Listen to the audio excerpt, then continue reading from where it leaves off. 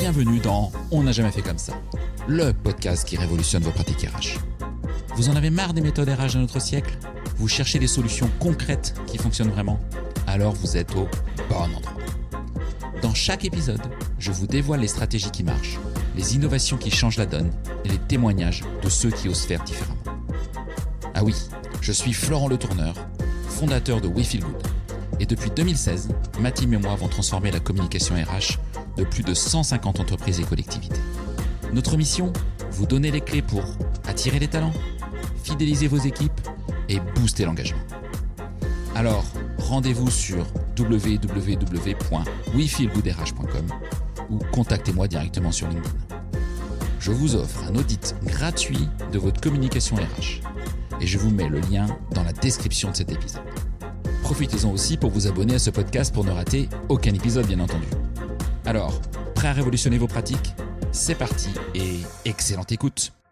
Ce podcast est soutenu par HelloWork, le premier acteur digital français du recrutement. Depuis 25 ans, HelloWork accompagne les entreprises avec ses solutions. Plateforme de recrutement, CV Tech, site carrière ou encore portail de cooptation. Plus de 50 000 pros RH l'utilisent déjà. Et vous ? Découvrez tout ça sur HelloWork Recruteur. Vous trouverez toutes les offres dans le lien en description de cet épisode. Hello à toutes et à tous et bienvenue sur On n'a jamais fait comme ça. Alors aujourd'hui, j'ai le plaisir de recevoir Jean-Christophe Villette. Jean-Christophe est psychologue du travail, expert en risques psychosociaux et fondateur et directeur général d'Équilibre Conseil depuis maintenant presque 14 ans, depuis 2012. Jean-Christophe est également vice-président de la Fédération des intervenants en risques psychosociaux, qui est une fédération très engagée pour donner du sens au travail. Et tu es aussi un auteur d'enquête sur le mal-être en entreprise, observateur des crises, de l'absentéisme et des liens entre performance et santé au travail. Alors aujourd'hui, on va décortiquer ensemble un sujet extrêmement concret, mais qui souvent peut tuer une équipe, tuer une entreprise, l'absentéisme. Pourquoi l'absentéisme monte, ce qu'il révèle de nos organisations, et surtout vous, comment les RH, vous pouvez agir vraiment sur ce sujet. Jean-Christophe, merci d'avoir accepté cet échange et bienvenue sur On n'a jamais fait comme ça. Merci Florent, bonjour. Comment tu vas ? Je vais très bien, tu m'as très bien accueilli. Voilà, et j'ai hâte qu'on puisse débattre ensemble et échanger dans le cadre de ce podcast. Ok. Écoute, ce qui est déjà un premier point, c'est qu'on te connaisse un peu mieux. Tu as un profil LinkedIn dont je mettrai d'ailleurs le lien qui est extrêmement complet, un nombre d'abonnés qui est assez conséquent, mais tout le monde ne te connaît peut-être pas. La première question que j'ai envie de te poser, c'est déjà, quand tu étais étudiant, est-ce que tu t'imaginais déjà travailler dans le champ des risques psychosociaux et de la santé au travail ? Absolument pas, parce que là, tu me ramènes quand même de très nombreuses années en arrière. Hein, tu l'as dit, ça fait un moment avec Équilibre, mais ça fait plus longtemps que je suis sur ce sujet. Ça fait 20 ans, mais j'étais étudiant maintenant il y a une trentaine d'années. Je ne connaissais personne qui évoluait dans le champ des risques psychosociaux. Je ne connaissais pas de psychologue du travail des organisations. Okay. Et ça s'est fait vraiment par hasard. En tout cas, j'ai toujours été passionné par l'accompagnement. Comprendre ce qui nous permet d'être plus performants, ça m'a toujours passionné. Et j'ai rencontré des personnes qui travaillaient dans un cabinet. Je le cite, c'est un cabinet concurrent, mais il fait aussi partie de nos confrères. C'est le cabinet Stimulus, qui a été créé en 1989 par le docteur Patrick Légeron. Et j'ai rencontré des personnes sur des terrains de sport, voilà, qui a travaillé avec Patrick Légeron et qui m'ont raconté leur mission, et j'ai trouvé ça extrêmement passionnant. Et je leur ai demandé une faveur, c'est de me présenter ce docteur Patrick Légeron, dont j'ai lu le livre sur le stress au travail. Et à partir de là, et des différentes rencontres, j'ai construit un parcours de carrière qui m'a mis en situation d'être légitime, de pouvoir revenir plusieurs années après et de me présenter pour initier en tout cas ma carrière dans un certain nombre de cabinets en tant que consultant en prévention des risques psychosociaux. Et j'ai envie de dire plus globalement en tant que consultant spécialiste de la santé au travail et de la santé du travail, parce que tu le sais, on a parlé ensemble avant ce podcast, je suis très attaché à la santé du travail, à la santé des organisations. Ok, très très très très clair. Donc là, tu vis une vie de quelque part de salarié dans d'autres organisations. Et qu'est-ce qui t'amène à un moment ou à un autre de créer ta propre structure, donc Équilibre Conseil ? C'était quoi tes motivations profondes pour te dire allez, moi je me lance et je franchis aussi le cap un peu entrepreneurial quelque part ? En fait, il y avait pas vraiment de motivation à me lancer en fait dans une dynamique entrepreneuriale. C'était pas mon premier motif. J'ai travaillé dans un certain nombre de cabinets qui étaient bercés par des changements. J'avais envie sur certains sujets de pouvoir développer des missions peut-être plus alignées avec un certain nombre de convictions. Peut-être qu'on en parlera à un moment donné si tu veux que je partage avec toi mes convictions. Et j'avais aussi envie de réunir autour de moi une équipe majoritairement pluridisciplinaire pour pouvoir avoir plus d'impact dans l'accompagnement du travail réel. Je suis psychologue du travail et des organisations, tu l'as dit en introduction. Je suis animé par le fait que la santé et la performance doivent faire partie de la même équation. Ça m'a toujours animé. J'ai trouvé dans cette filière, en tout cas au début, c'est un espoir. La promesse de cette formation pour m'apporter des solutions. Je suis aujourd'hui très heureux d'avoir suivi cette formation, mais je suis convaincu et je l'observe dans les organisations que la pluridisciplinarité est essentielle. Donc j'avais envie de pouvoir plus largement autour de moi avoir l'apport de compétences complémentaires et peut-être ne pas simplement être entouré de psychologues du travail ou de psychologues cliniciens, quand bien même voilà, on est un certain nombre au sein d'Équilibre et ça fait partie de ma famille professionnelle. Aujourd'hui, d'ailleurs, vous êtes combien chez Équilibre Conseil? On est 20 permanents, Okay. alors permanents, et puis avec les partenariats affiliés, on est une centaine à pouvoir couvrir l'ensemble des missions qui nous sont confiées. Ok, bon, on reviendra un petit peu sur l'absentéisme de toute façon qui va te permettre de nous préciser un petit peu ce que vous faites, mais c'est déjà effectivement une belle entreprise. Et justement, tu parlais de conviction, tu as plus de 20 ans d'expérience. Aujourd'hui, quelles sont tes convictions sur le rôle du RH dans la santé du travail? Sur le rôle du RH dans la santé du travail, si tu permets, dans la santé au travail, c'est déjà de pouvoir jouer un rôle de pilotage. Ce que j'observe aujourd'hui, quelle que soit la taille de l'entreprise, quel que soit le secteur d'activité, c'est de l'intérêt et des intentions. Si on est pragmatique, je pourrais faire tout le courant sur les 20 dernières années, mais j'ai pas envie d'ennuyer les auditrices et les auditeurs. Moi, je suis quelqu'un pragmatique, je regarde les résultats. Aujourd'hui, on a 43% de personnes dans le dernier baromètre Équilibre Opinionway qui déclarent ressentir quotidiennement du mal-être, de modéré à très élevé. Si on regarde les chiffres d'un certain nombre d'autres baromètres, on va avoir des phénomènes convergents. On parlera peut-être un peu plus tard des chiffres en lien avec l'absentéisme.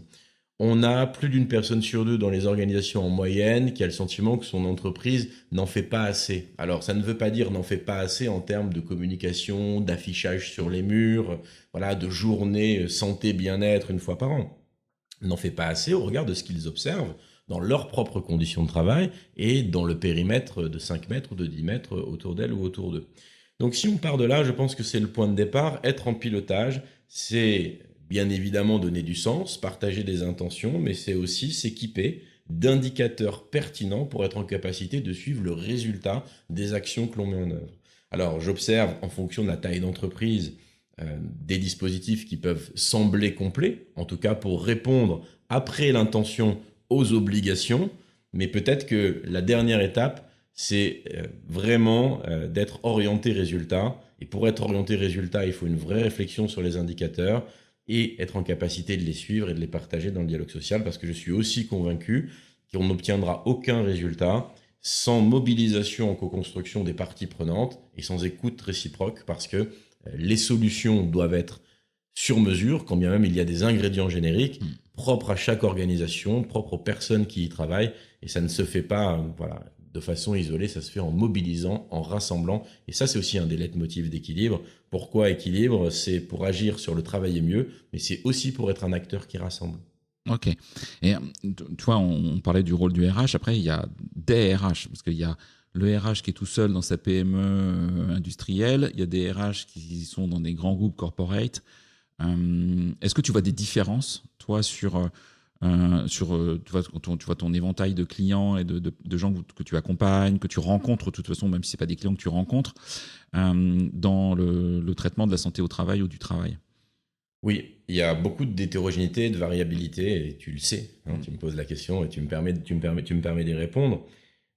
Alors déjà, il y a un message que j'ai envie de faire passer, c'est que je ne suis pas insensible à la santé de mes interlocutrices et de mes interlocuteurs. C'est que les cordonniers ne sont pas les mieux chaussés et c'est valable en matière de santé au travail, et notamment pour les fonctions RH, avec sur les dernières années beaucoup de rationalisation des effectifs au sein des organisations, c'est un sujet. La fonction RH n'est pas épargnée par ce sujet, là où, au regard des enjeux, on devrait pouvoir peut-être réfléchir différemment sur les curseurs du ratio effectif par rapport aux objectifs confiés à cette fonction. En fonction de la taille des entreprises, entreprises uniques, entreprises multisites et des secteurs d'activité, il y a un premier élément, c'est sur la centralisation de cette fonction versus la capacité à garder des fonctions RH de proximité. Il y a aussi, dans la confiance qui est accordée aux salariés, la confiance que les salariés accordent à la fonction RH, c'est peu mesuré. Et tu me donnes l'opportunité de partager un chiffre avec toi. Dans le dernier baromètre, on l'a dans les diagnostics que l'on fait dans les entreprises, quand nos clients nous autorisent à évaluer la confiance que les salariés leur portent. On le fait avec les partenaires sociaux, avec la direction de l'entreprise, avec les managers et avec les RH. Les chiffres sont très différents. Quand tu as une fonction RH de proximité, tu as en moyenne un tiers des salariés qui auraient confiance pour venir partager une situation difficile de mal-être avec la fonction RH. Quand tu n'as pas de fonction RH de proximité, tu as une fonction centralisée, on descend en dessous des 10%. Ah oui. Et le dernier baromètre, c'est déjà un tiers, c'est pas énorme. C'est pas énorme, mais là tu as un salarié sur 10 en moyenne qui aurait confiance dans sa fonction RH pour venir lui confier une difficulté au travail. C'est très bas, et je pense que ce chiffre, sans vouloir donner de leçons du tout, est déjà un chiffre sur lequel on doit pouvoir s'interroger. Et que, quelles que soient les intentions, on a parlé de l'intention, on a parlé de la réponse aux obligations, j'ai parlé de pilotage, il y a un sujet de confiance très clair. Parce que on peut se former, on peut se sensibiliser pour mieux détecter les signaux faibles. C'est la demande qu'on reçoit quasiment tous les jours. Mais faire venir à soi des personnes en confiance pour venir porter un témoignage, être écouté sur la situation, travailler ensemble pour comprendre la situation sans jugement et s'investir pour trouver des solutions en co-construction, voilà, c'est un chemin. Mais pour ça, il faut qu'il y ait de la confiance à chacune de ces étapes. Ok, très clair. Tes valeurs perso, là-dedans, toi, quelles sont tes valeurs personnelles qui guident tes interventions aujourd'hui auprès des organisations et des entreprises? En complément de ce que j'ai partagé avec toi sur le fait que santé et performance, ça doit faire partie de la même équation. Hein, ouais. Ça, c'est aussi, j'ai vu beaucoup de tendances à les opposer. Et donc, ça doit faire partie de la même équation. Et si ça fait partie de la même équation, on doit pouvoir traiter de ces différents sujets au sein des instances de gouvernance et pas séparer. La santé, c'est uniquement un sujet RH ou un sujet HSE, et puis les autres fonctions de l'organisation, d'ailleurs dans les tours de parole au sein des comités de direction ou des instances de gouvernance et des temps de concentration. Deuxièmement, le mal-être. On a sorti un baromètre sur les causes racines du mal-être. L'objectif n'est pas d'être catastrophiste, c'est pas du tout le sujet.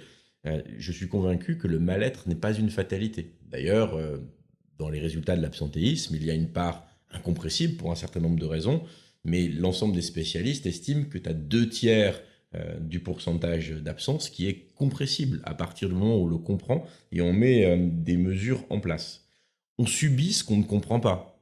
Pour commencer à le comprendre, il faut le mesurer.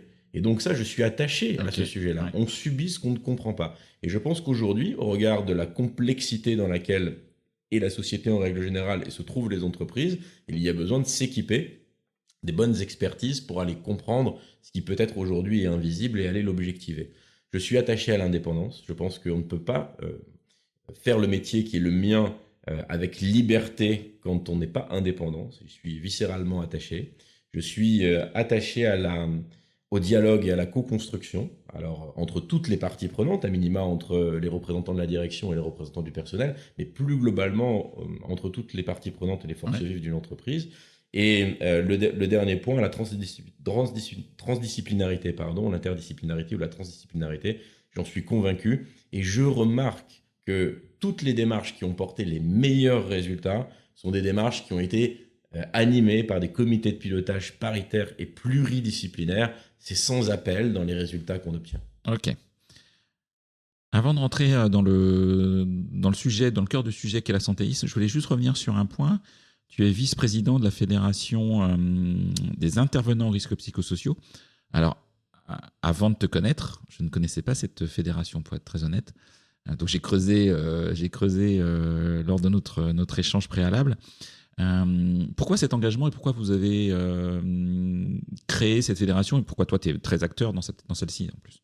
Oui, alors à l'origine, je ne fais pas partie des fondateurs de la FIRPS. À l'origine, des cabinets se sont rapprochés avec comme leitmotiv de pouvoir partager les pratiques sur un champ en construction, qui est le champ des risques psychosociaux, et de pouvoir contribuer à mieux partager au sein de l'écosystème des professionnels sur ce sujet, au sein des réflexions du gouvernement en lien avec cette thématique des risques psychosociaux. Et j'étais observateur pendant un certain nombre d'années, étant consultant, membre d'autres cabinets. Et c'était assez naturel quand j'ai créé Équilibre de rejoindre cette fédération pour y apporter notre énergie, notre contribution. Et je suis vraiment attaché, par conviction, à l'alliance des compétences. Donc la confraternité est comme une particularité, c'est-à-dire que tous les cabinets qui font partie de la FIRP sont par ailleurs des cabinets concurrents dans les appels d'offres parce qu'on peut avoir les mêmes clients ou être sollicité. Mais on a réussi à créer un cadre à l'intérieur duquel c'est la confraternité qui domine. Et ça, c'est extrêmement précieux, à la fois agréable, et ça permet dans ces rythmes fous et cette compétitivité effrénée, d'avoir un espace de réflexion, un temps sacralisé dans lequel on partage une même valeur qui est justement le partage. Ouais, extrêmement intéressant et ce serait chouette que ce soit le cas dans beaucoup de professions parce que c'est pas toujours le cas. Donc vraiment, je trouve ça chouette. Si on revient sur l'absentéisme, alors déjà, ce mot, je pense que si on interviewe son RH, on va avoir peut-être 10 définitions. Toi, quand on parle d'absentéisme, on parle de quoi exactement pour toi? Je vais essayer d'en donner. Tu as raison. D'ailleurs, c'est un point de prudence dans les chiffres qui sont partagés, c'est de regarder comment ils sont calculés. Il peut y avoir des méthodes de calcul qui sont différentes. Si je donne une phrase extrêmement simple, c'est le nombre de journées perdues sur le nombre de journées théoriquement travaillées. Voilà à quoi correspond le pourcentage d'absentéisme. C'est donc un indicateur comptable, un chiffre, mais c'est pas que ça. C'est aussi un des indicateurs du mal-être, de déséquilibre dans la relation avec son travail, quand on n'est pas en capacité de pouvoir venir travailler. Le taux d'absence, il peut être nourri par des maladies dans les causes, des accidents du travail, mais aussi un certain nombre d'autres motifs. Mais retenons cette phrase, c'est le nombre de journées perdues sur le nombre de journées théoriquement travaillées. Ok, extrêmement simple, extrêmement concret. Et aujourd'hui, les grands chiffres, les grandes tendances, est-ce que tu vois aussi des évolutions d'ailleurs sur ces dernières années, sur ces chiffres? Alors, il y a beaucoup d'études que l'on peut trouver et en accès assez aisé d'ailleurs sur Internet pour les personnes qui nous écoutent, différents cabinets, certains sont concurrents, les mutuelles aussi communiquent beaucoup de chiffres, j'ai aucun problème avec ça et j'encourage d'ailleurs à aller lire ces études, c'est très intéressant. Il y a une étude qui est importante pour toi, sur laquelle il y en a plusieurs, il y a Heming, AXA, Apicil, JLO font partie de la FIRPS aussi qui sortent des études sur l'absentéisme, et ce qui est très intéressant, c'est qu'il peut y avoir des différences mineures, mais les grandes tendances sont quand même convergentes. Donc là, on a accès à des moyennes. Moi, ce que j'observe sur le terrain, c'est des éléments de variabilité extrêmement importants en fonction des entreprises. On a de plus en plus d'entreprises qui nous consultent et c'est la raison pour laquelle on s'est très fortement mobilisé sur le sujet de l'absentéisme. On a de plus en plus d'entreprises qui nous consultent avec une explosion de cet indicateur et une accélération depuis la première pandémie. Au niveau national, les moyennes, elles sont autour de 5% dans le secteur privé et de 8% dans le secteur public. Ce qu'on doit retenir, c'est une augmentation des arrêts de courte durée et une augmentation des arrêts de longue durée. Et ce qui me frappe, c'est que sur les 10 dernières années, avec une moyenne de durée de nombre de jours d'absence qui est un peu supérieure à 20 jours en moyenne, on a une augmentation de ce chiffre de 10 jours sur les 10 dernières années. Ouais, donc un jour de plus, on va dire, si on moyennise un jour de plus par an, tous les ans. On peut le dire comme ça pour que ce soit simple, tu as raison, mais 10 jours de plus. Et donc, on assiste aujourd'hui à une tendance dans les indicateurs face à laquelle personne ne peut dire qu'elle ne va pas continuer d'augmenter dans les prochaines années, surtout si on n'utilise pas des méthodes pour approcher ce sujet différentes. Ok, tu as dit plusieurs choses qui sont importantes. Alors déjà, un point que tu as dit tout début, c'est le 5% versus 8%, 5% dans le privé versus 8% dans le public. Moi, j'ai des clients dans le monde privé, mais j'ai aussi je travaille pour plusieurs collectivités locales. Pourquoi cette différence aussi majeure? Est-ce que c'est calculé de manière différente? Pourquoi? Parce que l'écart est fort, tu vois.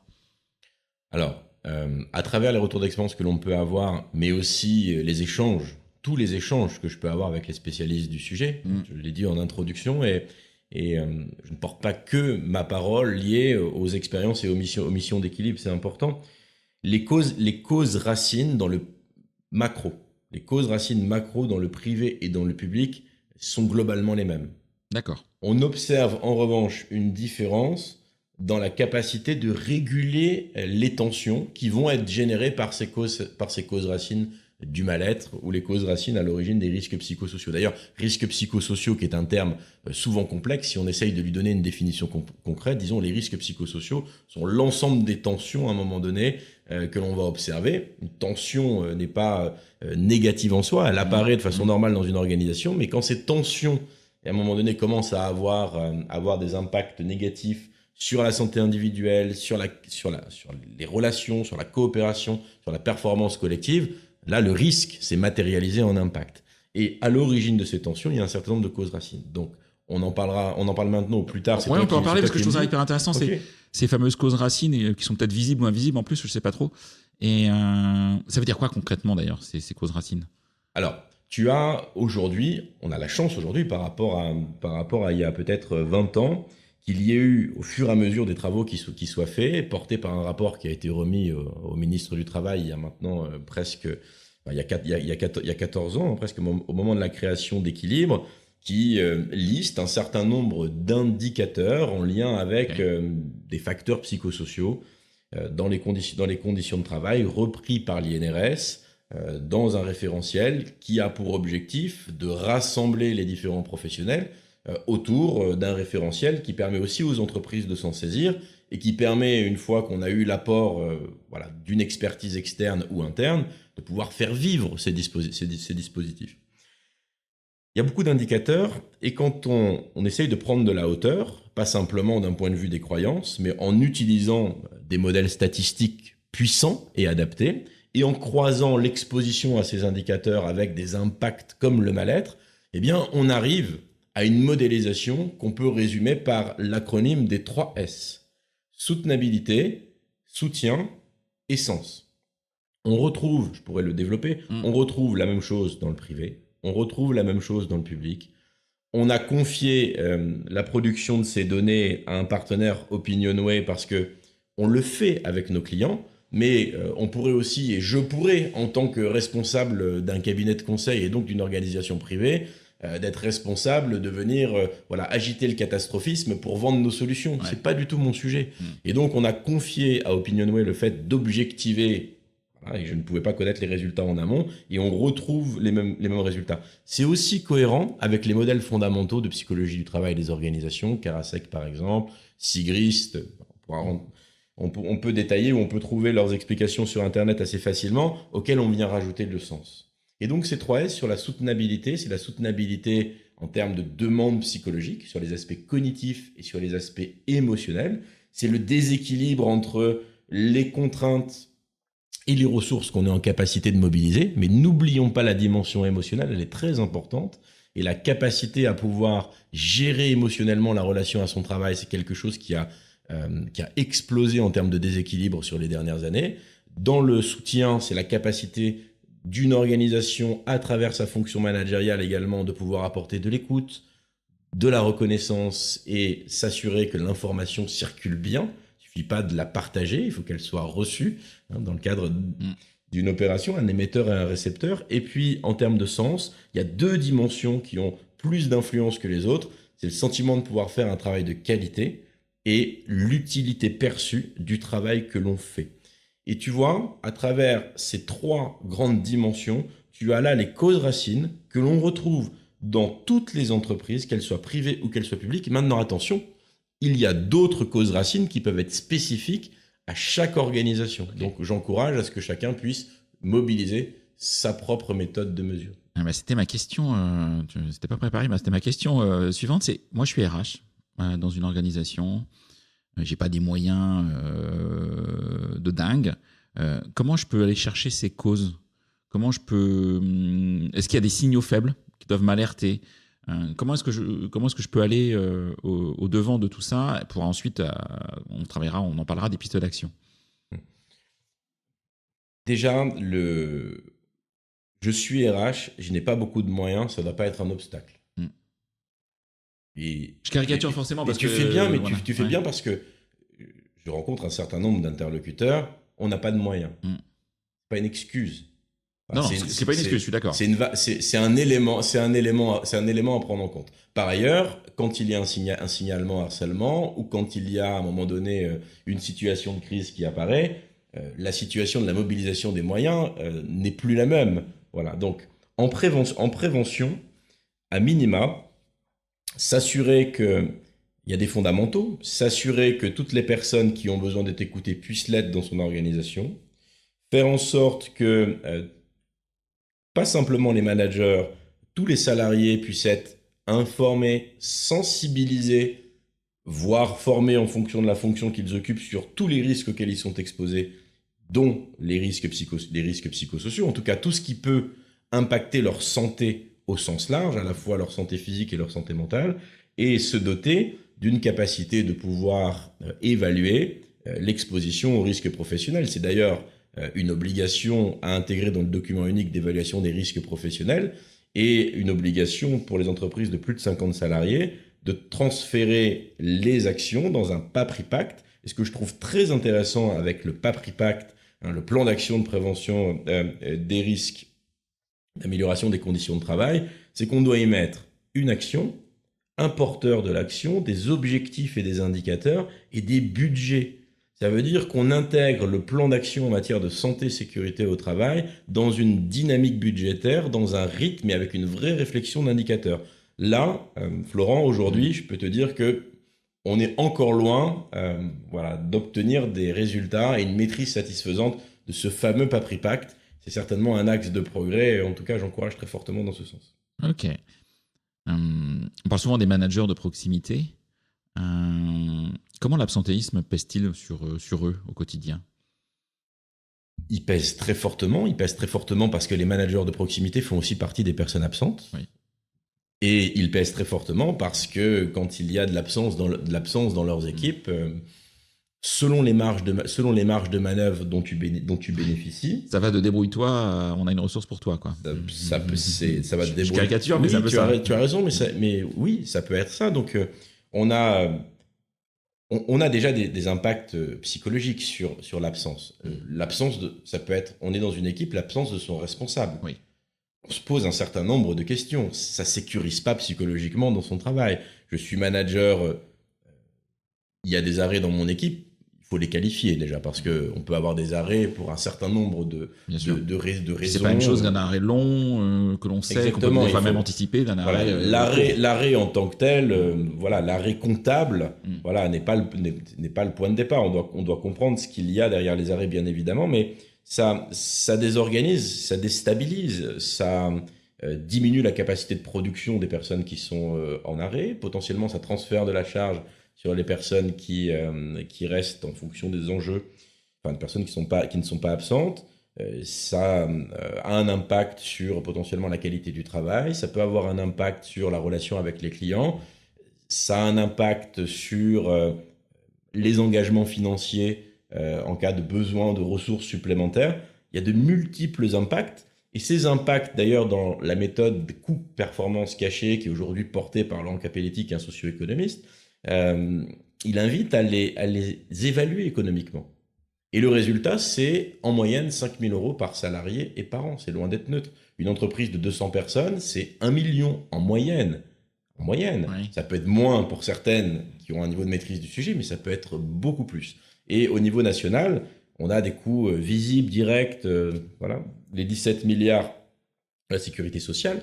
Mais quand on évalue l'ensemble des impacts invisibles et qu'on s'inscrit dans le fait de les chiffrer, l'ensemble des spécialistes attribuent aujourd'hui à plus de 100 milliards d'euros. C'est plus que le budget de l'éducation nationale et même plus que le budget de la défense. Donc ça donne quand même voilà, une signature des enjeux humains, on en a parlé, et économiques de ce sujet. Ok, très très clair. Moi, j'ai envie d'aller sur des pistes d'action. Très concrètement, je suis RH, j'ai fait le constat que dans mon organisation, l'absentéisme était peut-être élevé ou plus élevé que la moyenne, ou encore peut-être trop élevé, ou ressenti comme trop élevé aussi, parce que si c'est pas mesuré, ben, c'est un peu difficile effectivement d'argumenter. J'ai bien aimé d'ailleurs quand tu l'as dit tout à l'heure, l'aspect indicateur, KPI qui pour toi effectivement, qui est effectivement extrêmement important. Tiens, avant d'entrer dans les actions, je vais aller sur ce sujet-là. C'est quoi pour toi les 3-4 indicateurs qu'un RH doit absolument avoir aujourd'hui en 2025 sur le sujet de l'absentéisme? La satisfaction globale, qui est un indicateur simple à mobiliser et qu'on retrouve dans la plupart des baromètres de satisfaction ou des baromètres annuels sociaux. Parce que tu as des baromètres aussi hebdo, tu sais, tu as des applications, tout ça. Peut-être un peu moins hebdo, je ne suis pas convaincu. Okay. Annuel à minima. Ouais. Et quand on traverse des périodes de changement, peut-être réfléchir en tout cas sur la bonne périodicité. Mais en tout cas, à minima une fois par an, tous les jours, c'est certainement pas utile. Et entre les deux, à adapter en fonction de l'entreprise, de ses besoins, de sa stabilité versus du fait qu'elle soit en période de changement. Maintenant, je reviens après sur la satisfaction globale, si tu veux bien. L'absentéisme, évidemment. Le fait de pouvoir aussi évaluer d'autres indicateurs en lien avec le stress, de pouvoir évaluer des indicateurs en lien avec la fatigue, en lien avec le mal-être, c'est important. Est-ce que tu me permets de partager avec toi un enseignement des données du baromètre de cette année en 2025 avec OpinionWay? C'est que tu as globalement, je pense que c'est quand même intéressant, tu as globalement 80% des personnes qui ont répondu entre 0 et 10, qui ont répondu être satisfaits entre 6 et 10. Ok. Ça, on a à peu près la même chose dans toutes les entreprises qu'on accompagne. Et tu sais que quand bien même tu évalues 50 ou 100 indicateurs, plus tu remontes, plus l'entreprise est importante et plus tu remontes vers les instances de gouvernance, plus les indicateurs se réduisent parce qu'il y a un temps d'antenne au moment de la réunion qui est assez court. Et donc, tu te retrouves avec une diapo sur les 150 initiales qui ont été remis soit en interne, soit par les cabinets de conseil. Et puis, si tu as la chance d'avoir un niveau de satisfaction globale qui est important, tu te retrouves sur la diapositive avec satisfaction globale. Tout va bien chez nous et donc on peut passer au sujet suivant. Or, la plupart du temps, on présente une moyenne. C'est 6,9 en France, la moyenne sur le dernier baromètre, dernier sondage que l'on a lancé. Mais il faut regarder la distribution. Parce que c'est pas une élection, en fait, la santé au travail. Si tu as 10%, 20%, 30% des personnes qui ont répondu une note inférieure à 5, tu as déjà là, en fait, une source de vulnérabilité à laquelle il faut s'intéresser. Et l'autre enseignement, c'est le paradoxe. Donc, la satisfaction a un niveau de corrélation qui est quand même assez significatif avec l'absentéisme, notamment pour les notes inférieures à 5. Mais tu as des personnes qui sont en capacité d'exprimer des satisfactions de niveau 6 ou de niveau 7. Donc, globalement, si on enlève le chiffre, je suis capable de dire je suis globalement satisfait ou je suis attaché à mon travail, et qui pour autant, quand on leur pose la question « Avez-vous ressenti du mal-être au cours des 6 derniers mois ?» te répondent oui. Et donc, ce paradoxe-là, il est fondamental. Ce qui veut dire que je réponds peut-être un peu différemment à la question que tu me poses, mais le message que je veux passer, le message clair, c'est qu'aujourd'hui, en fonction des indicateurs que vous avez ou que vous n'avez pas dans votre organisation, vous allez voir des choses où vous ne les verrez pas. Et mon sentiment, accompagné de mes observations et accompagné de nos analyses dans les organisations, c'est qu'il manque aujourd'hui des indicateurs pour aller voir ce qui est invisible. Et c'est clairement dans l'invisible du travail aujourd'hui que se joue cette complexité qu'on n'arrive pas à appréhender et à laquelle s'adosse cette fatalité. Le monde est complexe, le monde nous dépasse, on ne peut plus rien faire, on ne comprend plus les personnes, on ne sait plus pourquoi elles viennent ou elles ne viennent pas. Et je dis attention, ce n'est pas parce qu'on ne comprend pas qu'il faut renforcer l'individualisation du travail. Tu sais, dans la société en ce moment, il y a ce débat sur la fraude sociale, comment à un moment donné on va augmenter le contrôle. C'est pas parce qu'on ne comprend pas ce qui est en train de se passer, à un moment donné on doit attribuer la responsabilité sur les différentes personnes et leurs fragilités. On doit se concentrer sur ce qui est invisible dans le travail réel et pour ça, vraiment travailler ces indicateurs, mobiliser des méthodes appropriées, c'est fondamental. Et j'ai envie qu'on soit pragmatique dans le conseil. Tu me demandes un conseil, partons du résultat. Moi, je rencontre beaucoup de personnes animées de bonnes intentions, je l'ai dit au début. Oui. On a fait ça, on a fait ça, on a fait ça. Ok. Comment vous mesurez l'efficacité ? C'est une somme d'actions, mais. Oui, mais comment sans vous strat, mesurez l'efficacité, Ouais, tu vois ? ouais. Comment vous mesurez la confiance que les salariés ont dans les dispositifs que vous mettez en place ? Et comment vous prenez en charge votre propre santé, vos propres conditions de travail ? Et il faut qu'on remonte d'un cran. Oui. Comment les directions d'entreprise, aujourd'hui, prennent en compte la santé de l'ensemble des personnes qui ont en charge la santé des autres salariés. C'est valable pour la fonction RH, c'est valable pour les élus et les représentants du personnel, et c'est évidemment valable, on en parlait plus tôt, pour l'ensemble des fonctions managériales qui, aujourd'hui, je ne parle pas des personnes, je parle de les personnes, mais la fonction, d'un point de vue organisationnel, est clairement le fusible du déséquilibre des organisations.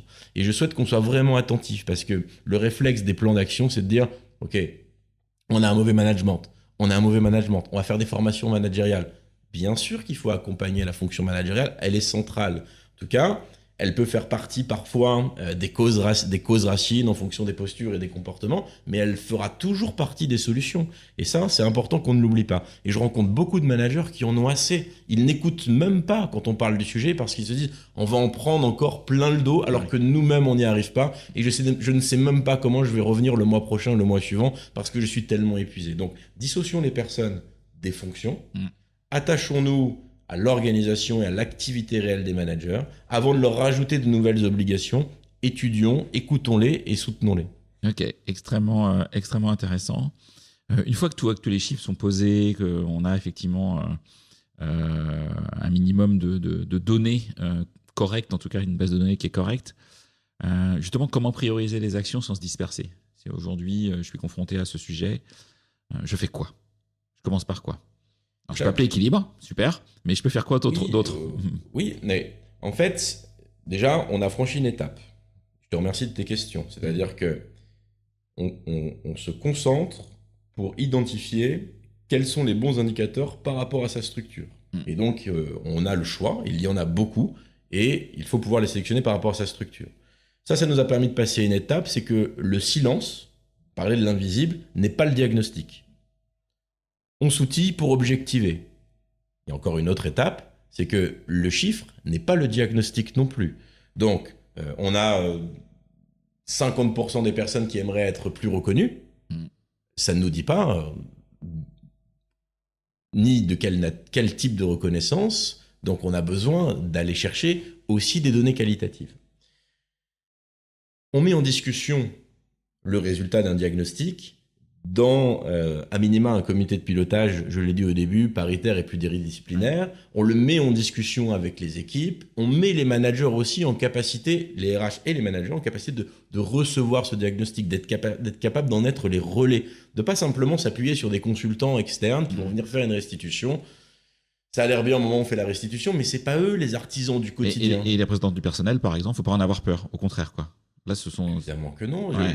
Là, si tu m'autorises à livrer un témoignage sur sûr. toutes les démarches qu'on met en place, qu'on soit sollicité par les directions des ressources humaines ou qu'on soit sollicité par les représentants du personnel, j'essaye au maximum qu'on se mette autour de la table et qu'on regarde comment on va pouvoir travailler ensemble. Les meilleurs résultats obtenus aujourd'hui sont les résultats dans lesquels on a pu travailler avec des comités paritaires. Ce sont les meilleurs résultats, vraiment. Et quand on fait le retour d'expérience avec les parties prenantes de ces comités, plusieurs nous disent « j'y aurais pas cru, j'avais pas envie, j'avais pas confiance ». Mais la confiance, ça se construit. Et la confiance, ça se construit au-delà de ses croyances, au-delà de ses représentations. Et pour rassembler, il faut de la méthode. Ça, c'est aussi un retour d'expérience et un enseignement. On n'y va pas simplement en se mettant autour de la table et en partageant ses ressentis. Quand on fait partie d'un comité de pilotage, c'est pas un groupe d'écoute et de soutien, c'est bien une instance de pilotage et on se muscle pour être en capacité de piloter et pour ça, on s'articule autour de méthodes. Ok. Justement, si on va sur ces méthodes, ce serait quoi les méthodes aujourd'hui indispensables ? Ou la méthode indispensable s'il n'y en a qu'une ? Alors, en termes d'objectivation, c'est de pouvoir croiser du quantitatif et du qualitatif. Je ne rentre pas dans plus de détails, mais on doit avoir ces ingrédients-là.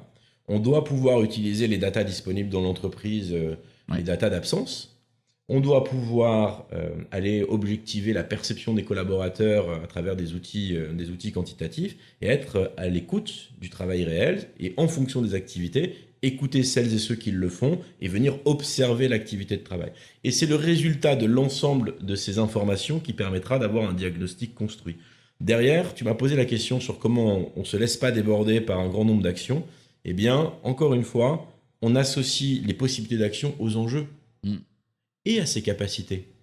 J'ai une liste de 10 actions. En quoi chacune de ces actions va me permettre de me rapprocher de mon objectif. Ça, c'est un point important.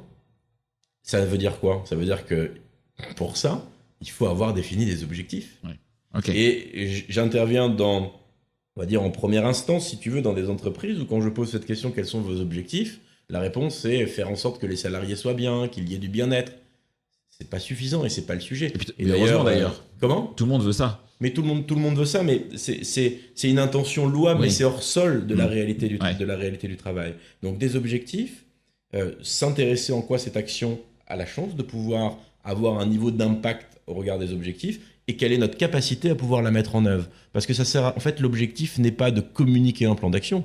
L'objectif est, en mettant en place les actions dans ce plan d'action, d'obtenir de meilleurs résultats pour agir sur la partie compressible du mal-être et de l'absentéisme et en même temps mettre en œuvre des organisations qui vont avoir cette capacité de développer de l'épanouissement et de la performance durable. Ok. Tu as parlé tout à l'heure d'un sujet autour du contrôle. Ton avis sur les contrôles médicaux aujourd'hui? Il y a beaucoup d'entreprises qui misent sur ce sujet. Moi-même, je l'ai fait à une époque quand j'étais RH, pour être très honnête. J'avais un sentiment que c'était assez inefficace, moi en tout cas quand je l'ai vécu. Mais est-ce que tu partages ce sentiment? Comment toi est-ce que tu le préconises aujourd'hui? Déjà, non. Ok. En tout cas, c'est clair.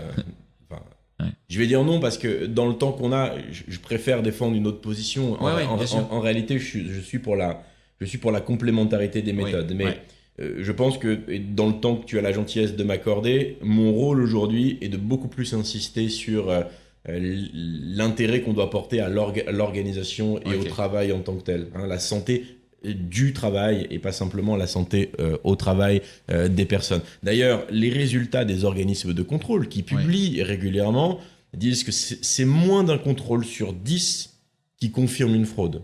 Moins d'un contrôle sur 10. Moi, c'était des résultats que j'avais, c'était très faible, effectivement. Donc, ils le disent aujourd'hui. Quand on rentre dans le contrôle, on envoie aussi un message à l'ensemble de l'organisation. Alors, on va satisfaire des personnes parce que quand on fait les démarches d'accompagnement de l'absentéisme au début, quand on interroge un certain nombre de personnes en situation de responsabilité, il peut y avoir cette croyance que l'entreprise est trop laxiste, que les gens trichent, profitent, abusent. Est-ce qu'il y a parfois des personnes qui trichent et qui abusent? Oui. Mais est-ce que le pourcentage de ces personnes qui trichent et qui abusent par rapport aux impacts humains, d'organisation et financiers, c'est l'angle à investiguer?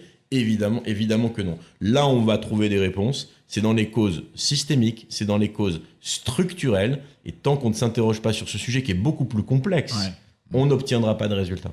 Ok. Et du coup, pour réussir, je suis convaincu, moi, que le RH tout seul, il ne peut pas faire grand-chose avec ses petits bras musclés. On a parlé des partenaires sociaux, évidemment.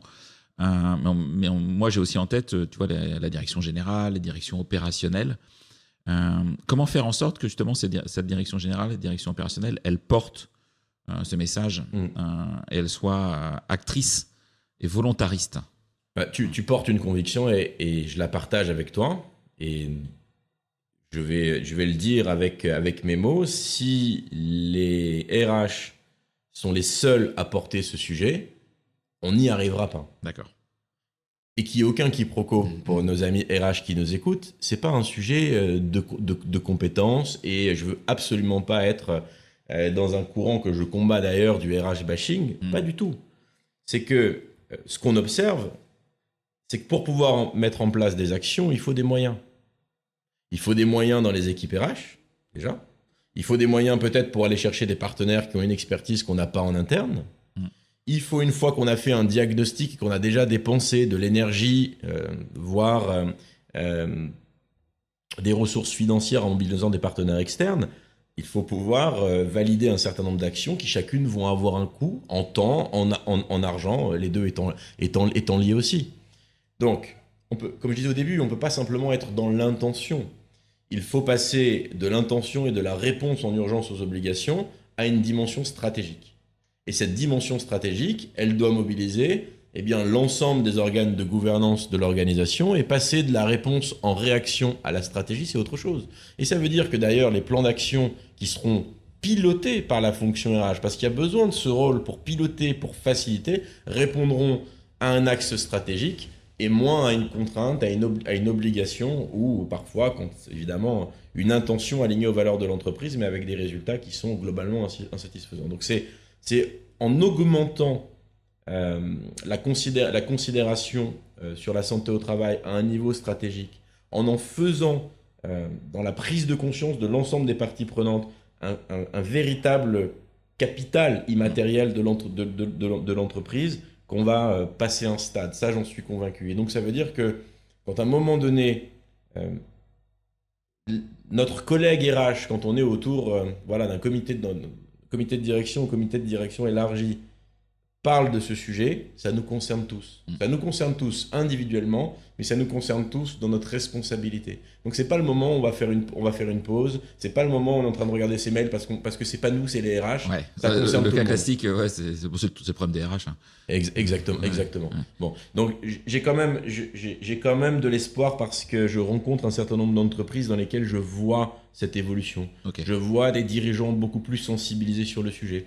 Je vois des dirigeants qui portent le discours que je suis en train de partager avec toi, et au-delà du discours, qui se bagarrent pour mettre en œuvre les moyens de pouvoir concilier résultats avec déclaration. Ouais.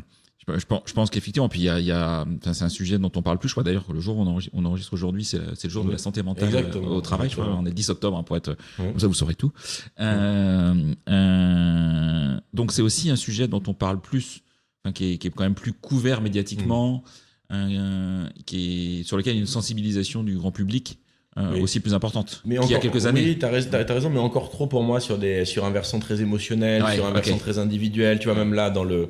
je veux dire, les prises de parole sont souvent des témoignages individuels, ça permet de prendre conscience, mais on doit vraiment remettre dans les débats, au centre des débats, le sujet du travail en tant que tel. Tu vois, on parlait de la fédération des intervenants en risques psychosociaux. Je me suis inscrit dans cette dynamique-là. Je fais aussi partie d'associations et de syndicats, des experts certifiés dans l'accompagnement des CSE. Il y a des débats de fond, parfois des débats idéologiques, mais ce qui doit réunir tout le monde, c'est le sujet du travail, la santé du travail, et ne pas perdre de vue qu'en réalité, un psychologue du travail et des organisations, tu vois, on en parlait au début, est attaché à la santé de l'organisation. C'est pour ça que du travail et des organisations, c'est important, à la santé de l'organisation, à la santé du travail, qui peut avoir comme impact la santé mentale, la santé physique et la performance de l'organisation. Donc il y a vraiment dans ma mobilisation une double composante humaine, bien sûr, donc je suis sensible à tous les récits individuels, mais aussi de compétitivité. Ouais, c'est vraiment intéressant, et ça, pour le coup, ça va un peu à contre-courant des débats. On entend plus parler de retraite que de travail en ce moment. Tu vois, donc voilà, où je pense qu'effectivement la place du travail, et bien sûr il faut savoir s'arrêter à un moment, mais en tout cas la place du travail est importante quand même dans nos vies, et peut jouer dessus. Avant qu'on vienne sur un peu ta vision d'avenir, est-ce qu'il y a des sujets que j'ai pas abordés, que tu aurais aimé partager avec nous pour nos auditeurs et nos auditrices RH? Un message parmi plein d'autres que j'aimerais passer, c'est ce qui me donne envie de me lever tous les matins, c'est de ne pas se résigner à la fatalité. Je le porte, je l'observe dans les retours d'expérience de certains clients ou d'entreprises qui me font l'amitié de pouvoir partager un retour d'expérience, même s'ils sont pas clients. Il n'y a pas de fatalité sur ce sujet. Vraiment pas. Dans l'absence, il y a à peu près 2/3 de compressibles. On a des données extrêmement sérieuses du CNAM et des données internationales sur une évaluation du retour sur investissement de 4 euros pour 1 euro investi très rapidement, très rapidement. Il faut regarder voilà, les témoignages de Laurent Capelletti, par exemple, sur ce sujet, ou les données de la ISS au niveau international. Donc, voilà, ne succombons pas à la croyance de la fatalité. C'est pas parce qu'on ne sait pas comment faire que ce n'est pas possible de le faire. Ok. Tu rencontres beaucoup de professionnels RH dans tes environnements pro, parce qu'ils sont multiples. Quand tu regardes la fonction RH aujourd'hui, qu'est-ce qui te réjouit le plus dans ces évolutions récentes? A contrario, peut-être qu'est-ce qui t'inquiète le plus pour leur avenir? Et puis, c'est la dernière question, ça fait 3 questions en une, c'est beaucoup. Mais voilà, si tu avais une baguette magique pour transformer la fonction RH demain, ce serait quoi ta première action? Alors, je reviens, aujourd'hui, qu'est-ce qui te Alors, je peux partir de la fin, on va revenir au début. Ouais, quand tu veux. Bon, déjà, je suis pas un magicien, et ça, c'est très important. Ni une fée. Et c'est ni une fée. Et je suis très attentif au rôle du sauveur, ou à l'aspect magique sur un objet dont on est en train de parler, qui est un objet complexe, qui doit, quand bien même on est reconnu en tant qu'expert sur le sujet, forcer à la modestie. Et je te l'ai dit, je suis pour l'alliance des compétences, et toutes les personnes qui ont envie de s'unir, quelle que soit l'appartenance de leur entreprise, pour mieux accompagner les organisations à comprendre le travail réel et mieux les accompagner à travailler mieux, sont évidemment les bienvenus dans le temps que je peux consacrer et dans toutes les alliances que l'on pourrait construire. Déjà, Florent, je m'inquiète. Okay. Déjà, tu me parles de la fonction RH, je m'inquiète. C'est pas nouveau. Je m'inquiétais déjà au moment de la période Covid. Pourquoi je m'inquiétais? Parce que je rencontrais tous les jours des interlocuteurs et des interlocutrices épuisés. Ce qui pouvait être rassurant, c'est qu'au moment du Covid, le binôme dirigeant RH s'est reconstruit, l'entreprise a redécouvert, je ne veux pas faire de jeu de mots, mais le caractère essentiel de la fonction, après des années de RH bashing, d'insatisfaction, où je pense que c'est comme la discussion qu'on avait sur les managers, il faut être extrêmement vigilant sur les mots qu'on utilise. Les mots peuvent être des armes, et de bien dissocier, y compris, je passe ce message pour l'ensemble des acteurs du dialogue social, que ce soit côté direction ou élu. Les mots peuvent être des armes, on peut avoir des objectifs, mais dissocier les personnes des fonctions est quelque chose vraiment de fondamental, et ça peut faire des dégâts extrêmement importants si on parle de mal-être et si on parle de risques psychosociaux. Donc, je m'inquiétais. On avait fait un sondage avec SubDRH en commun sur quelles sont les attentes des dirigeants vis-à-vis de la fonction RH, et quelles sont les attentes des salariés vis-à-vis de la fonction RH. Et dans le podium, si je prends qu'un exemple, les dirigeants avaient comme attente vis-à-vis de la fonction RH d'être en capacité d'accompagner une meilleure attractivité de l'entreprise et de faciliter les recrutements, à la fois qu'on ait des postes pourvus, mais aussi dans le process et dans l'efficience des process. Attente des dirigeants. Attente des salariés majoritaires, être mieux écoutés et mieux compris par la fonction RH. On est 4 ans ou 5 ans après. Je n'ai pas le sentiment que la résolution de l'équation de l'attractivité et du recrutement soit parfaitement satisfaisante, d'une part. Et je n'ai pas non plus le sentiment que la résolution de l'équation de l'écoute de proximité soit aussi satisfaisante. Alors, pourquoi je m'inquiète? Parce que, dans une situation avec un rôle très important et avec des personnes épuisées et fragilisées, on a très peu d'informations sur la possibilité d'avoir repris de l'oxygène. Et les attentes qui étaient des espoirs, qui se transforment aujourd'hui en insatisfaction, sont toujours présents. Donc, trouver les leviers pour pouvoir, quelque part, attirer, intégrer, fidéliser au sein des organisations, un enjeu de compétitivité, mais pouvoir aussi trouver les solutions pour renforcer la proximité qui ne repose pas que sur les épaules de la fonction RH. C'est comment on fait alliance avec les managers, avec les représentants du personnel, pour faire en sorte que aucune femme ou aucun homme, aucune personne ait le sentiment de ne pas être écouté, parce que c'est certainement ce qui nous permet de nous considérer comme réellement des êtres humains, et le premier niveau de la reconnaissance le plus puissant dans n'importe quelle organisation. Ok, très très clair. À propos de RH, est-ce qu'il y a des RH que tu me recommanderais d'inviter sur ce podcast? Des gens qui t'inspirent, soit des praticiens, soit comme toi, des personnes qui ont un rôle de support à la fonction? C'est une question qu'on me pose régulièrement dans les tables rondes, pour les prochaines tables rondes. Je suis toujours embêté pour répondre à cette question parce que j'ai envie de me fâcher avec personne. Non, bien sûr. Tu vois, c'est compliqué, mais... Soit une personne que tu aimes bien entendre ou à contrario que tu n'as jamais entendue, tu dis ouais, j'aimerais bien celle-là l'entendre pour une première fois. Je pense que ce serait intéressant que tu puisses inviter l'équipe RH de la Maïf. Ouais, et quand je réponds, je pourrais te donner 50 noms, mais je vais t'expliquer pourquoi. En lien avec le thème de ce podcast sur l'absentéisme, la Maïf a mis en place une démarche, en tout cas a eu la volonté de mettre en place une démarche différente de la façon dont elle approchait le sujet de l'absence au travail sur les 5 ou les 10 dernières années. Donc, il y a déjà eu une prise de conscience du besoin de mettre en place et d'expérimenter une approche différente. L'approche qui a été mise en œuvre intègre beaucoup d'ingrédients dont on a parlé dans ce podcast. Du quantitatif, du qualitatif, la mobilisation des données existantes, du sur-mesure, le croisement de l'ensemble de ces données, l'interaction entre l'équipe RH, les partenaires sociaux et les instances de gouvernance, un diagnostic qui a été chercher les causes racines au-delà des connaissances habituelles hiérarchisées dans les baromètres sociaux, reconnues par la Maïf en tant que telle. C'est-à-dire que la démarche qui a été mise en place a permis d'aller pointer des sujets qui étaient peut-être aujourd'hui invisibles.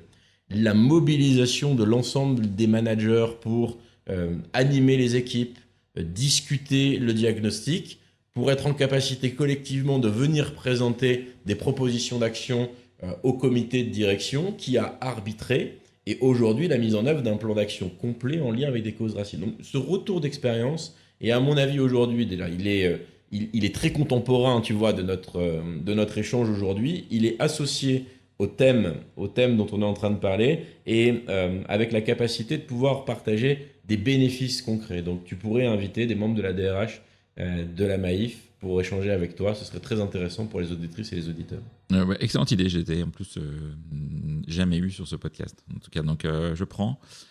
Comment tu fais ta veille professionnelle, toi, aujourd'hui? Est-ce que tu prends le temps de la faire?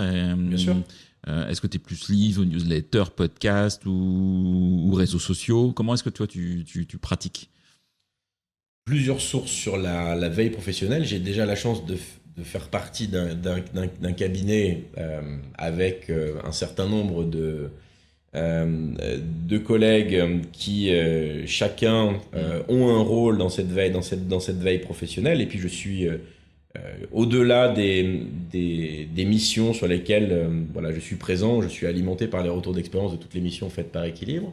Je fais partie de la FIRPS, tu en as parlé, et c'est une source de veille professionnelle qui est importante. Je fais partie d'une association des cabinets certifiés, experts CSE.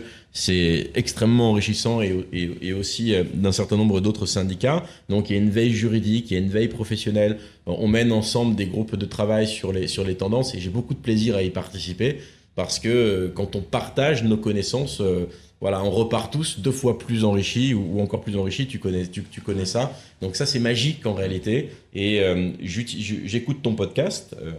Et je te dis pas ça parce que je suis avec toi aujourd'hui. J'écoute ton podcast. Et aujourd'hui, c'est une référence sur le sujet, des questions à la fois bienveillantes et pointues. Donc ça sort de ce que je peux écouter parfois, ou de sujets sur lesquels je suis tombé. Et donc, beaucoup de rencontres, beaucoup d'écoutes, et beaucoup de rencontres d'autres professionnels de filières différentes des miennes. Je te rejoins sur un sujet. Tu vois, j'ai un podcasteur connu dans le milieu du podcast qui s'appelle Mathieu Stéphanie, qui dit qu'on est la moyenne des gens qu'on rencontre. Et quel que soit le métier que l'on fasse aujourd'hui, qu'on soit RH, dirigeant, peu importe, on a finalement du travail de fond, on a des choses à produire, enfin comme tout le monde, mais rencontrons, partageons, allons à des événements. Je suis animé par ça, et j'ai la chance de pouvoir le faire de plus en plus. Et surtout, restons pas tout seuls. Restons pas tout seuls. Moi, j'ai vraiment encore de la peine quand j'entends des collègues RH me dire ah bah ouais, mais là c'est pas souvent c'est souvent dit j'ai pas le temps. Et ça c'est pour moi c'est un artifice. Hein, j'ai pas le temps.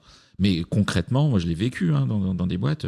Mais 400 € pour adhérer à l'année à la NDRH. Mais t'es sûr que tu as vraiment besoin d'adhérer à la NDRH? Voilà, à NDRH ou ailleurs d'ailleurs. Bien sûr, j'encourage ça très fort. Oui, que ce soit 200, 300, 400, 1000, à la limite, c'est même pas ça le sujet. Le sujet, c'est de se dire, je rencontre des gens parce que ma veille, elle peut être effectivement podcast, elle peut être livre, elle peut être newsletter, et ça c'est très bien, mais elle va être insuffisante s'il n'y a pas des rencontres. Enfin, moi, je suis convaincu de ça. Et aujourd'hui, l'expérience qui est la mienne et les connaissances qui sont les miennes, je les dois à toutes les personnes qui m'ont accordé leur confiance pour me partager leur expérience, pour me partager leur récit de travail, voilà, leur retour d'expérience est extrêmement riche. Et c'est la raison pour laquelle je ne souhaite absolument pas être déconnecté de ce dont on est en train de parler, le partage, les rencontres, jamais déconnecté de l'écoute du travail pour rester un consultant, puisque c'est mon métier, à l'écoute de ces interlocutrices et de ces interlocuteurs. Et on parlait du sujet de c'est trop cher, etc. Nous, on a vraiment une façon on est attaché à la proximité chez Équilibre et on déclenche pas le compteur en réalité sur les 5 premières minutes. Je le dis à nos clients et aux personnes que je peux rencontrer, si à un moment donné vous avez un sujet et que vous pensez qu'à travers notre échange, ça peut vous apporter des solutions, appelez-nous, on en discute. Et si après on travaille ensemble, très bien, mais personne n'aura perdu de temps, ni vous, ni nous d'ailleurs. Et d'ailleurs, si on veut te contacter, on fait comment ? On peut passer par le site internet d'Équilibre, contact@équilibre-conseil-au-singulier.com. C'est Équilibre avec un K. Hein. C'est Équilibre avec un K, ouais. C'est EKILIBRE, on va le redire, EKILIBRE. On peut nous contacter sur le site internet, on peut utiliser mon email, je pense que tu remettras aussi les coordonnées. Si on souhaite me contacter et qu'on a une demande sur le site internet, je suis dans la boucle et voilà, on m'informe, il n'y a aucun problème. LinkedIn, on peut t'écrire sur la messagerie? Aussi, on peut. T'es assez présent sur LinkedIn, toi. Oui, on peut m'écrire sur la messagerie. Je reçois beaucoup de messages d'ailleurs et je réponds à tous les messages, sauf des messages de prospection commerciale automatique et par intelligence artificielle. Mais quand on me contacte, qu'on détecte assez facilement pour une demande de stage, ou des demandes, des questions ou des échanges d'expertise ou un temps d'échange, j'essaye d'être au maximum disponible. Dans la logique de ce que l'on va partager ensemble. Tu fais des prises, j'ai pas posé cette question, mais tu fais des prises de parole aussi dans des entreprises, par exemple, type conférence ou dans des fédérations professionnelles, etc. C'est une de mes activités. Pour sensibiliser, parce que exactement. Parce que je pense que c'est un véritable sujet aussi d'en parler, quoi. Voilà. Exactement. Conférence, c'est certainement la possibilité d'accéder dans le temps le plus court et dans une facilité d'organisation. Voilà, au meilleur impact de sensibilisation, que ce soit au sein des CSE, au sein des instances de gouvernance. Oui, je le fais beaucoup. Ok. Un grand merci, Jean-Christophe. Un grand merci pour ce temps, un grand merci pour ta disponibilité, ces partages d'expériences qui sont très riches. Et puis moi, j'espère que vous avez toutes et tous appris des choses, franchi un cap, en tout cas sur le sujet de l'absentéisme. Et puis, si vous avez besoin, Jean-Christophe est à votre disposition, évidemment. Merci Jean-Christophe. Merci beaucoup, Florent, pour ton invitation. Merci. Je vous en prie, à bientôt. C'est terminé pour ce bel épisode. Merci de l'avoir suivi en entier. Pour ne pas rater le prochain, d'ailleurs, je prépare plein de chouettes entretiens pour ces prochaines semaines, abonnez-vous à On n'a jamais fait comme ça. C'est le bouton Suivre sur Apple Podcast ou s'abonner simplement sur Spotify. N'hésitez pas également à mettre 5 étoiles si vous avez apprécié ce podcast et à me contacter via LinkedIn pour tout commentaire ou toute suggestion d'invité. À bientôt!